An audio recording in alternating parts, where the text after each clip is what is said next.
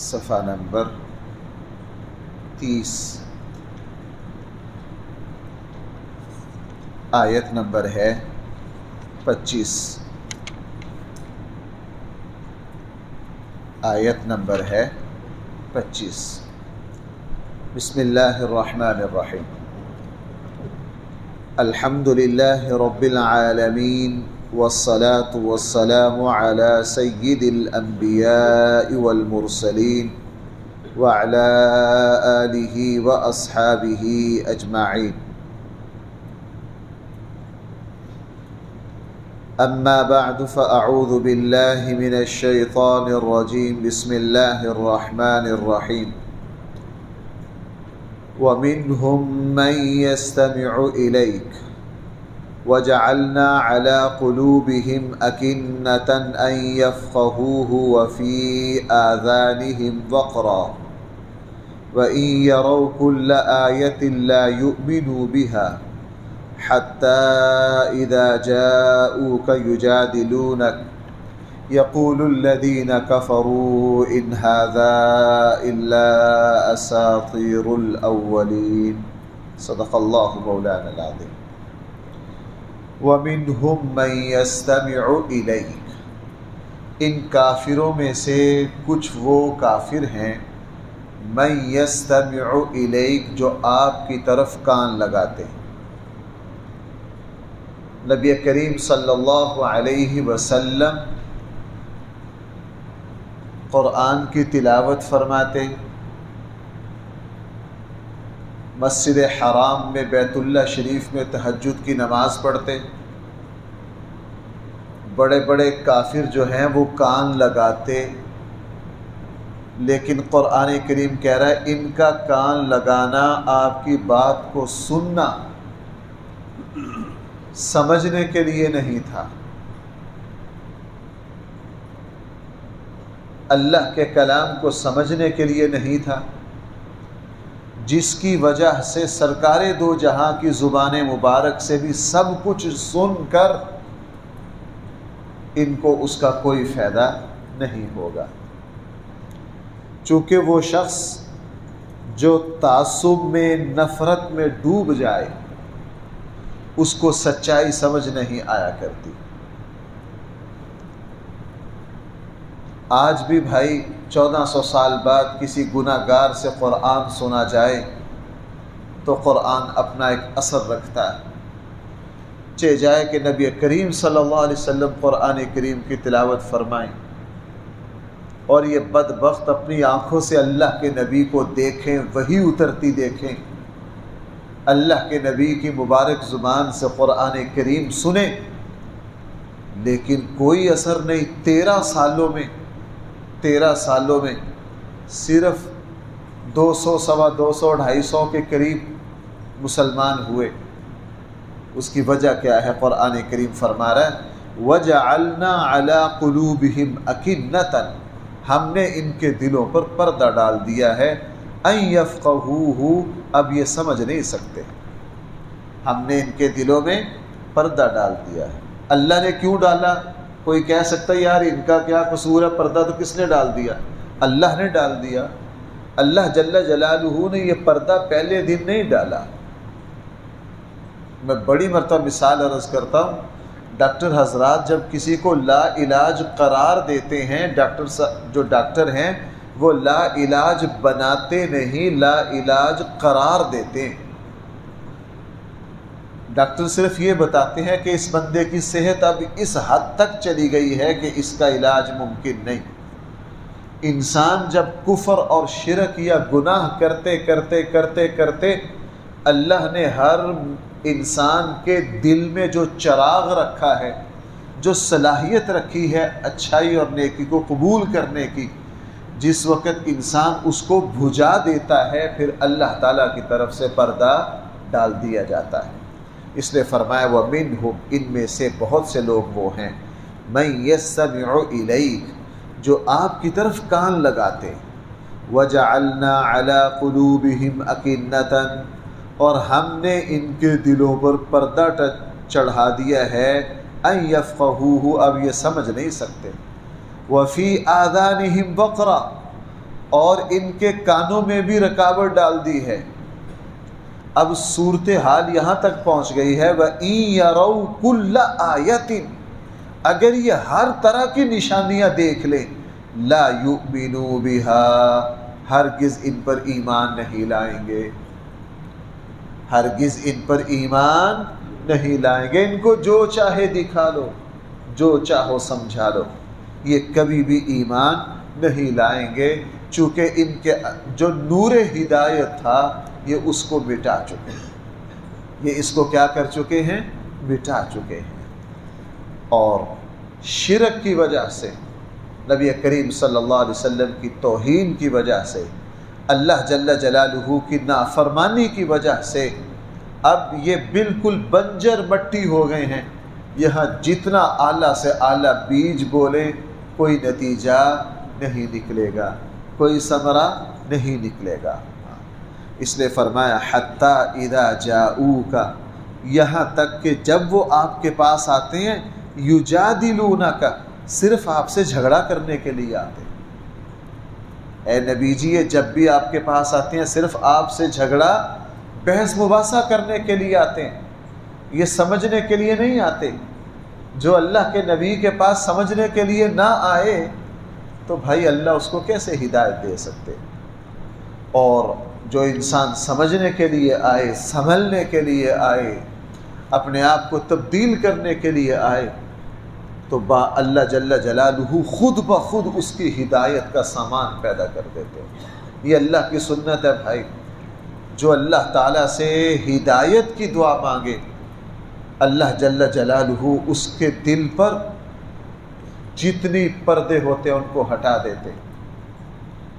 راستے سے گزرتے ہوئے اس کے کان میں کوئی بات ایسی ڈال دیتے ہیں اللہ تعالیٰ جس سے اس کی زندگی کی کایا پلٹ جاتی ہے۔ یہ سنت اللہ ہے۔ اس لیے ہمیں سورہ فاتحہ میں کیا کہا؟ اہدنا الصراط المستقیم، مجھ سے سیدھی راہ کا دعا کرتے رہو، وہ میرا کام ہے کہ میں تمہیں سیدھی راہ کیسے دکھاتا ہوں۔ اس لیے فرمایا حتی اذا جاؤوک، یہاں تک کہ جب وہ آپ کے پاس آتے ہیں، یجادلونک، وہ تو بحث مباحثہ کرنے کے لیے آتے ہیں۔ یقول الذین کفروا، اس قرآن کے بارے میں کہتے ہیں ان ھذا الا اساطیر الاولین، یہ تو پہلے لوگوں کی قصے کہانیاں ہیں۔ ولید بن مغیرہ کہا کرتا تھا اگر تم نے یہ قصے کہانیاں سننی ہے قوم سمود اور قوم عاد کی، تو میں تمہیں ایسی کتاب لا دیتا ہوں جس میں پہلے بادشاہوں کے قصے ہیں، اور انہوں نے کیا بھی۔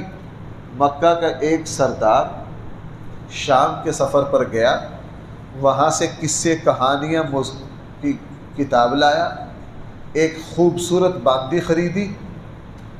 بھائی ذرا سننا اللہ کے نبی کا مقابلہ کیسے کر رہے ہیں۔ ایک خوبصورت باندی خریدی جس کی آواز بہت اعلیٰ تھی، اس کو لا کے مکہ میں اعلان کیا کہ یہ ہر روز اپنا گانا سنایا کرے گی، بے حیائی کی مجلس جمع کرے گی۔ تمہیں پہلے لوگوں کے قصوں سے اگر دلچسپی ہے تو بناؤز باللہ، تو بناؤز باللہ، اگر تم محمد کے پاس یہ قصے سننے جاتے ہو تو اب یہاں سنا کرو۔ اور مکہ کے گلی بازاروں میں اس کا اہتمام کیا گیا، اس کا اہتمام کیا گیا۔ حالانکہ بھائی قرآن کریم نے جو واقعات ان کو سنائے وہ کوئی داستان تھوڑا تھے، وہ تو بڑے عبرت آموز قوم سمود، قوم عاد، قوم شعیب، قوم ابراہیم، قوم لوط، قوم موسیٰ، وہ مستند، ان کے اندر اتنا کچھ سیکھنے کا سبق۔ میں آپ سے کتنی مرتبہ عرض کرتا ہوں، سورہ یوسف جو ہے، اس واقعہ کو بیان کرنے میں قرآن کریم نے ایسی ایسی حکمتیں، سمجھنے کا ایسا سامان ایک ایک واقعہ میں رکھ دیا ہے، ایک ایک واقعہ میں رکھ دیا ہے۔ لیکن یہ بدبخت چونکہ دلوں پر زنگ چڑھ جاتا ہے، اور میں بار بار عرض کرتا ہوں انسان جب تعصب میں ڈوب جائے تو بھائی پھر نبی بھی اس کو سمجھا نہیں سکتے، پھر اللہ کا کلام بھی اثر نہیں کرتا۔ یقول الذین کفروا، کافر کہتے ہیں ان ھذا الا اساطیر، یہ کلام نہیں ہے، یہ تو صرف اور صرف پہلے لوگوں کی داستانیں ہیں۔ وَهُمْ يَنْهَوْنَ عَنْ، یہ لوگوں کو اللہ کے نبی سے روکتے ہیں، وَيَنْأَوْنَ عَنْ، اور خود بھی رکتے ہیں۔ ہر کسی کو مکہ میں تقریباً نبی کریم صلی اللہ علیہ وسلم پر 7-8 سال کا دورانیہ ایسا آیا، مکہ والوں کی سب سے بڑی کوشش یہ تھی کہ لوگوں کو اللہ کے نبی سے روکا جائے۔ ضمات ایک بہت بڑا طبیب اور حکیم اور ایک دانشور تھا عرب کا، وہ مکہ آیا، اس کو بار بار یہ تاکید کی گئی کہ ہمارے یہاں توبہ نعوذ باللہ ایک دیوانہ اور مجنون شخص ہے، اپنے آپ کو اس سے بچانا۔ ضماد نے جب نبی کریم صلی اللہ علیہ وسلم کو سنا تو اس کو اللہ کے نبی پر ترس آیا، چونکہ وہ بہت بڑے حکیم تھے، طبیب تھے، علاج کرتے تھے دیوانوں کا۔ تو اس نے جب اللہ کے نبی کو دیکھا نا، بڑے خوبصورت نوجوان ہیں، اور دل میں یہ سوچا کہ یہ اوپر سے دیوانے ہیں، تو اس کو ترس آیا کہ میں ان کا علاج کر دوں۔ بھائی میں کیا کر دوں ان کا؟ صحیح مسلم میں یہ پورا واقعہ ہے، میں ان کا علاج کر دوں۔ نبی کریم صلی اللہ علیہ وسلم کے پاس آ کر کہا، اللہ نے میرے ہاتھ میں شفا رکھی ہے، میں نے بہت سے لوگوں کا علاج کیا ہے، میں آپ کا بھی علاج نہ کر دوں؟ آپ ٹھیک ہو جاؤ گے؟ رسول اللہ صلی اللہ علیہ وسلم نے فرمایا میرے پاس بیٹھ جاؤ۔ نبی بہت وسیع الظرف ہوتا ہے، اللہ کے نبی کا پتہ نہیں، میں تو سوچتا ہوں کتنا بڑا ظرف، میرے ہاتھ میں شفا رکھی ہے، میں نے بڑے دیوانوں کا علاج کیا ہے، اور اندر سے ترس آیا ضماد کو کہ اتنا خوبصورت نوجوان، اللہ کے نبی کا حسن و جمال، اور صرف ظاہری حسن و جمال نہیں، روحانیت تو ایک اپنی عجیب ہی لذت رکھتی ہے۔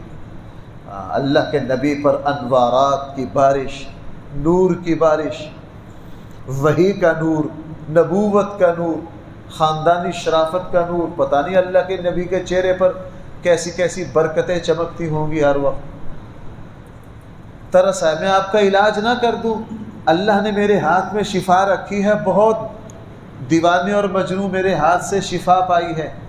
حضور نے ضماد سے کہا بیٹھ جاؤ۔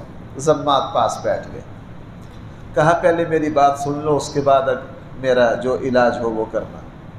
کہا سناؤ۔ رسول اکرم صلی اللہ علیہ وسلم نے خطبہ پڑھا، اللہ کی خوب حمد و ثنا بیان کی۔ خطبہ پڑھ کے جب خطبہ مکمل کر کے اما بعد پر آئے نا، اما بعد کے بعد عموماً اللہ کے نبی خطبہ ہی پہلے ارشاد فرماتے تھے، جب اما بعد کے بعد اپنی بات لگے نا کرنے، ضماد نے کہا نوجوان یہ خطبہ ذرا دوبارہ سنانا۔ رسول اللہ صلی اللہ علیہ وسلم نے دوسری مرتبہ خطبہ سنایا۔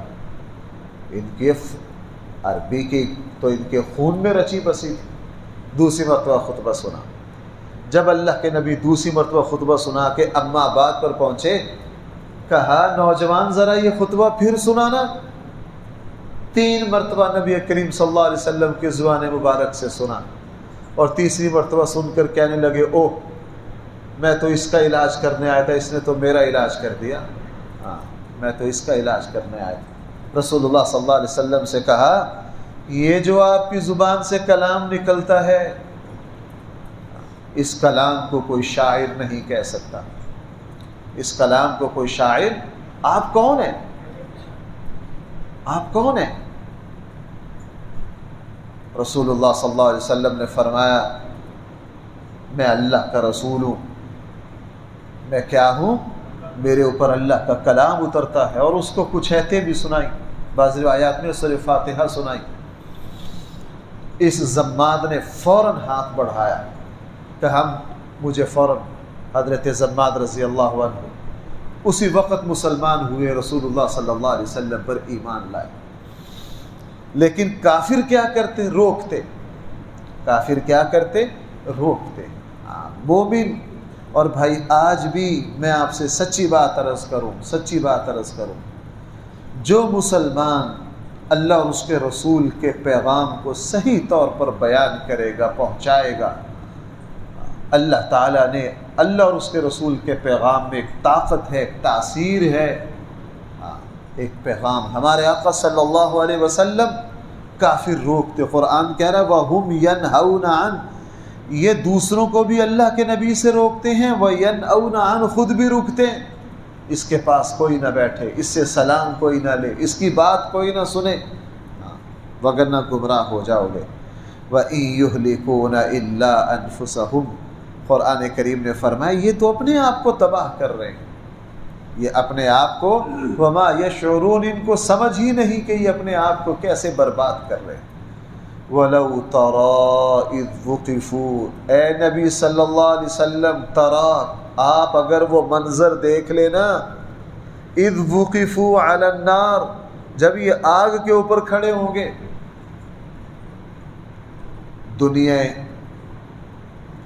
دنیا کے کافروں کو جس وقت جہنم کے اوپر پیش کیا جائے گا، اس کی منظر کشی قرآن کر رہا ہے۔ دیکھو قرآن نے کیسی منظر کشی کی ہے بھائی، ذرا اپنے تخیل سے، اپنے دل و دماغ سے اس آیت کی تصویر ذرا دیکھیے، قرآن کیا کہہ رہا ہے۔ وَلَوْ تَرَىٰ، اے نبی جی کاش آپ وہ منظر دیکھیں، اِذْ وُقِفُوا عَلَى النَّارِ، جب ان کو آگ کے دائیں بائیں کھڑا کیا جائے گا۔ فَقَالُوا يَا لَيْتَنَا، اس وقت یہ کافر کہیں گے ہائے مر گئے، ہائے تباہ ہو گئے، ہائے افسوس، نُرَدُّ، ہمیں واپس جانے دیا جائے، ہمیں واپس جانے دیا جائے، ہمیں مہلت دی جائے۔ وَلَا نُكَذِّبُ بِآيَاتِ رَبِّنَا، ہم اپنے رب کی آیات کو نہ جھٹلائیں گے۔ دیکھو بھائی ذرا قرآن پر غور کرو سارے، کہیں یہ نہیں کہا ہم آیات کو، نہیں، ربنا، ہم اپنے رب کی آیات کو، دیکھیے کتنے جی بھر بھر کے وہاں اعتراف کریں گے۔ اور میں نے کل کے درس میں عرض کیا تھا، ہر انسان نے اعتراف کرنا ہے اللہ کا اور اللہ کے رسول کی سچائیوں کا، لیکن دیکھنا یہ ہے کہ کون اعتراف کس لمحہ اور کس موڑ پہ کر رہا۔ جو میں اور آپ کہہ رہے ہیں لا الہ الا اللہ محمد الرسول اللہ، جو ہر مسلمان کہہ رہا ہے، یہ ہر کسی نے کہنا ہے، لیکن اس اعتراف کا فائدہ موت کے آثار سے پہلے پہلے ہے۔ بھائی اس حقیقت کو ماننے کا فائدہ کب ہے؟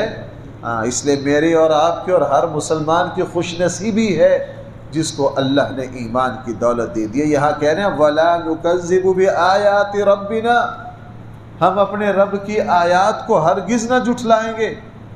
صرف اتنا ہی کافی نہیں، آگے وَنَكُونَ مِنَ الْمُؤْمِنِينَ، اور ہم ایمان والوں میں سے، کل فرعون کا ذکر آیا تھا، اس آیت میں آ گیا کہ ہر کافر فرعون والا اعتراف کرے گا، فرعون والا اعتراف کرے گا۔ میں یوں کہہ سکتا ہوں کہ کل قیامت والے دن ہر کافر ایمان لائے گا، لیکن اس وقت کا ایمان، یہاں کیا کہہ رہے ہیں وَنَكُونَ مِنَ الْمُؤْمِنِينَ، وَنَكُونَ مِنَ الْمُؤْمِنِينَ، بَلْ بَدَا لَهُمْ، اللہ فرما رہے ہیں بلکہ ظاہر کر دیا جائے گا ان کے سامنے مَا كَانُوا يُخْفُونَ مِن قَبْلِ، وہ کفر جو یہ پہلے چھپایا کرتے تھے، جو کچھ یہ چھپاتے تھے سارا ان کے سامنے کھول کے رکھ دیا جائے گا۔ اللہ تعالیٰ، اب یہاں سوال ہو سکتا ہے، دیکھو بھائیو ذرا، یہاں سوال ہو سکتا ہے کہ جب یہ اتنے کھلے دل سے وہاں مانیں گے تو اللہ وہاں ایمان قبول کیوں نہیں کریں گے؟ اللہ تعالیٰ فرمائیں گے ہم وہاں کا ایمان اس لیے قبول نہیں کرتے، ان کو اگر ابھی دنیا میں بھیج دیا جائے تو یہ دوبارہ اپنی اسی روش پر آ جائے۔ کیا ہم دنیا میں نہیں دیکھتے ایک بندہ جو ہے وہ مصیبت میں جکڑا جاتا ہے، مصیبت میں جکڑا جاتا ہے تو وہ اے اللہ مجھے اس مصیبت سے نکال دے، میں یہ بھی کروں گا، یہ بھی کروں گا، یہ بھی کروں گا، یہ بھی کروں گا، یہ بھی کروں گا، یہ گناہ بھی چھوڑ دوں گا، یہ بھی چھوڑ دوں گا، یہ بھی چھوڑ دوں گا۔ اللہ جیسے ہی مصیبت سے نکالتے ہیں، بھائی میرے الفاظ اللہ معاف فرمائے، تو فوراً انسان اس طرح منہ پھیر لیتا ہے جیسے اللہ سے دوبارہ کوئی کام ہی نہیں پڑنا، جیسے اللہ تعالیٰ سے دوبارہ کوئی کام ہی نہیں پڑھنا۔ لوگ ہمارے یہاں عموماً ہم سب کا یہی حال ہے، ہمیں جب کسی پریشانی میں اللہ جکڑتے ہیں تو دیکھیں ہم کیا کچھ کرتے ہیں، اور جیسے ہی اللہ ہم سب کو پریشانی سے نکالتے ہیں فوراً اللہ تعالیٰ سے۔ اب قرآن نے اس کا جواب، وَلَوْ رُدُّوا، اگر ہم ان کافروں کو دنیا میں واپس بھیج دینا، لَعَادُوا، تو واپس پلٹ آئیں گے انہی حرکتوں میں جن سے ہم نے ان کو روکا ہے، وَإِنَّهُمْ لَكَاذِبُونَ، پھر یہ جھوٹوں کی صف میں جا کر کھڑے ہو جائیں گے، پھر یہ جھوٹوں کی صف میں جا کر کھڑے ہو جائیں گے۔ وَقَالُوا إِنْ هِيَ إِلَّا، اور کافر یہ بھی کہتے ہیں، إِنْ هِيَ إِلَّا حَيَاتُنَا الدُّنْيَا، ہماری صرف اور صرف یہ دنیا کی زندگی ہے، وَمَا نَحْنُ بِمَبْعُوثِينَ، ہمیں مرنے کے بعد ہرگز زندہ نہیں کیا جائے گا، ہمیں مرنے کے بعد ہرگز زندہ نہیں کیا جائے گا۔ اے نبی جی، اسی جو قرآن جو منظر کشی کر رہا ہے نا قیامت والے دن کی، اس کا دوسرا حصہ، وَلَوْ تَرَى، کاش آپ دیکھیں وہ منظر، اِذْ وُقِفُوا عَلَى رَبِّهِمْ، جب یہ اپنے رب کے سامنے کھڑے ہوں گے، جب یہ اپنے رب کے سامنے کھڑے ہوں گے اس وقت۔ حدیث میں ہے، بلکہ چوتھے پارے میں بھی قرآن نے یہ بات، چوتھے پارے کے دوسرے رکوع میں بھی یہ بات ارشاد فرمائی، جس وقت یہ کافر، اللہ کے منکر، اللہ کے دشمن اللہ کے سامنے کھڑے ہوں گے، شرمندگی سے قرآن فرما رہا ہے ان کے چہرے جو ہیں وہ سیاہ ہو جائیں گے، کہیں قرآن فرما رہا ہے ان کے چہرے زرد ہو جائیں گے، پیلے پڑ جائیں گے شرمندگی سے، لیکن اللہ ہرگز ان پر ترس نہیں کھائیں گے۔ کیوں؟ وہ اللہ جو دنیا میں ایک مرتبہ شرمندگی سے اتنا کہہ دے کوئی بندہ کہ یا اللہ مجھ سے غلطی ہوگی معاف کر دے، جو اللہ معاف کرنے کے لیے تیار بیٹھا، اللہ فرمائیں گے میں نے بڑی مہلت دی۔ فرما رہا وَلَوْ تَرَى، اے نبی جی کاش آپ اس منظر کو دیکھیں، اِذْ وُقِفُوا عَلَى رَبِّهِمْ، جب یہ کھڑے ہوں گے اپنے رب کے سامنے، اس وقت اللہ فرمائیں گے، قال، اللہ فرمائیں گے، أَلَيْسَ هَذَا بِالْحَقِّ، تم تو دنیا میں کہتے تھے مرنے کے بعد زندہ نہیں ہونا، کوئی رب کوئی خدا نہیں ہے، کیا یہ جو کچھ آج دیکھ رہے ہو یہ سچ نہیں ہے؟ أَلَيْسَ هَذَا بِالْحَقِّ، کیا یہ سچ نہیں ہے؟ پھر وہی بات آگئی جس کو میں 2 دن سے کہہ رہا ہوں، قالوا، یہ سارے کہیں گے بلا، کیوں نہیں ہے ہمارے رب، یہ سارا کچھ سچ ہے، یہ سارا کچھ کیا ہے؟ سچ ہے۔ لیکن بار بار میں دہرا رہا ہوں، لیکن وہاں کا ماننا کوئی ماننا نہیں ہے۔ اللہ فرمائیں گے، اللہ فرمائیں گے، قال، اللہ تعالیٰ فرمائیں گے، فذوقوا العذاب، تم عذاب کا ذائقہ چکھو، بما کنتم تکفرون، اس وجہ سے کہ تم دنیا میں کفر کرتے آئے ہو۔ کیا کفر کیا تم نے؟ قرآن نے فرمایا، قد خسر الذین کذبوا بلقاء اللہ، یقیناً نقصان میں وہ پڑ گئے وہ لوگ جنہوں نے اللہ کی ملاقات کا انکار کر دیا۔ تم دنیا میں انکار کرتے رہے، تو بنعوذ باللہ صرف انکار نہیں، خدا کا مذاق اڑانا، خدا کا مذاق اڑانا۔ کیا ہوتا ہے خدا؟ حتی اذا جاءتهم الساعۃ بغتۃ، یہاں تک کہ جب ان کے اوپر قیامت کا لمحہ اچانک آئے گا، قالوا، فوراً کہیں گے، یا حسرتنا، ہائے افسوس، علی ما فرطنا فیہا۔ اور بھائی سورہ مزمل میں قرآن کیا کہہ رہا ہے؟ شیبہ، قیامت کا لمحہ بھائی ایک جھٹکا ایسا سخت ہوگا کہ 20 سال کا نوجوان اس لمحے میں جھٹکا میں اس کے جسم کا حلیہ 100 سال کے بابے والا ہو جائے گا۔ کیا ہو جائے گا؟ ولدان شیبہ، ہم بچوں کو بوڑھا کر دیں گے، ہم بچوں کو کیا کر دیں گے؟ بوڑھا کر دیں گے۔ قرآن کہہ رہا ہے ولدان شیبہ، سورہ مزمل میں قرآن کریم نے فرمایا وہ لمحہ ایسا، آپ کو پتہ بندہ 2-4 دن پریشان رہے اس کے چہرے کی رنگت تبدیل ہو جاتی، وہ لمحہ اتنا سخت ہوگا۔ فرمایا وَهُمْ يَحْمِلُونَ أَوْزَارَهُمْ عَلَى ظُهُورِهِمْ، یہ لوگ اپنی زندگی کی گندگیاں اور گناہوں کو اپنی کمروں پر لادے ہوئے ہوں گے۔ وہم یحملون یہ اٹھائے ہوئے ہوں گے اوزارہم اپنے وزنوں کو علی ظہورہم اپنی پشتوں پر. اور آگے قرآن فرما رہا الا ساء ما یزرون یہ بہت ہی برا وزن ہوگا جو کندھوں پر لادا ہوا ہوگا. یہ اتنا برا وزن ہوگا جو کندھوں سے کبھی اترے گا نہیں. ابھی یہ سلسلہ کلام چل رہا ہے انشاءاللہ اگلی آیت سے کل سے. اللہ تعالی ہم سب کو صحیح سمجھ عطا فرمائے. الحمدللہ رب العالمین والصلاة والسلام على سید الانبیاء والمرسلین وعلى آلہ واصحابہ اجمعین.